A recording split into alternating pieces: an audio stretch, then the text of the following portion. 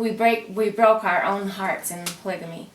If a man doesn't live up to the expectations of other men, he is the most worthless piece of shit. He's worse than a monogamist in their eyes. So a man truly doesn't have a chance at having that close connection with a woman, because he will be terrorized by the other men and terrorized by the other wives. So it's very painful for the man as well as the women. My first marriage, he kept himself at a distance because of what was expected of him. And I'm the kind of person that I love connection. And so, and I was very codependent. I've had two very codependent relationships where I had unreasonable expectations, because that's the way marriage is. In marriage, we perceive marriage and the expectations of marriage, and from my perspective, is that we have all these entitlements. We're entitled to this and we're entitled to that, and we destroy the very thing we seek in marriage if we're not very, very, very conscious and very careful. Because there's the expectations we have of one another. So did he abuse you, the first husband? My first husband, no. Okay, and then when you married the second husband, what abuse happened within that marriage? Within that marriage, there was a deep soul connection, but his greatest frustration with me was I had a lot of anxiety. Both marriages, I had a lot of anxiety attacks. I had to get through a lot of anxiety, a lot of frustration, a lot of fear, insecurities. It wasn't a picnic for either side. It wasn't a picnic for my sister. My second husband, being the oldest child of the 10th wife, who has a lot of, I would say I have a hard time telling my opinion because I don't want to hurt anyone. They're all so precious and their intent's pure. But we have a lot of dysfunction because of the unreasonable expectations that we've had for generations.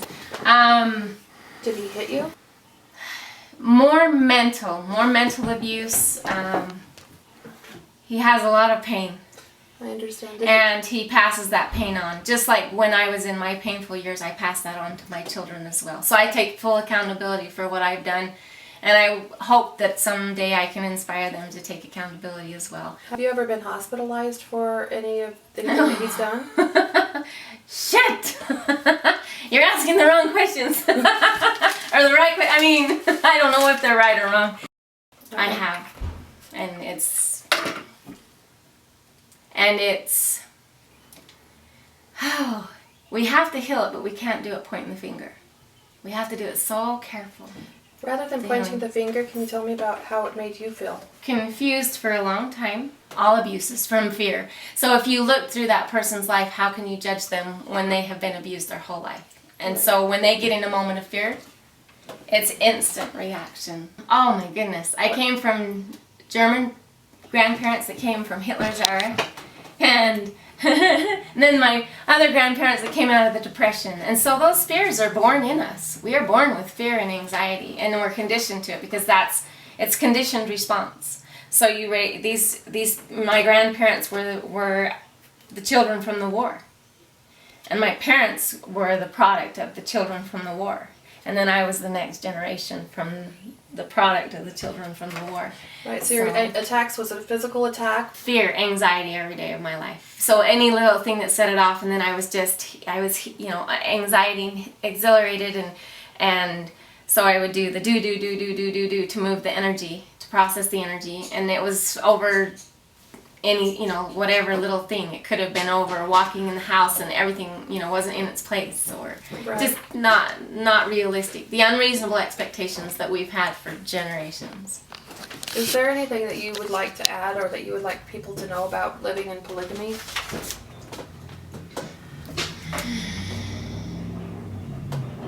Wow.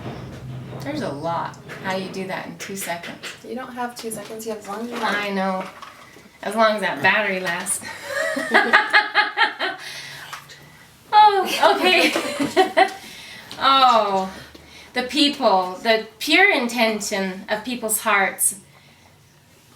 my soul is indebted to the pure intentions of people's hearts and what's been passed on from Brigham Young down, which I believe Brigham Young, the reason Brigham Young chose polygamy was because his dearest sweetheart of his life died after they had 2 children.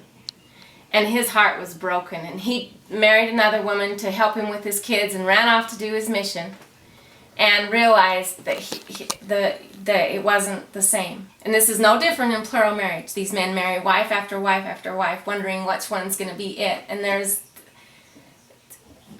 so Brigham Young, if you go back in the records, you can find where Joseph Cochranite came into the Mormon village, and they were living the law of Sarah, and they started, they had their wives. Well, Joseph Smith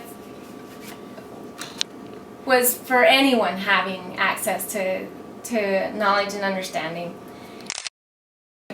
Took a ride for their money because he was absolutely unhappy with his second marriage and decided, wow, I wonder what it would be like to have another wife.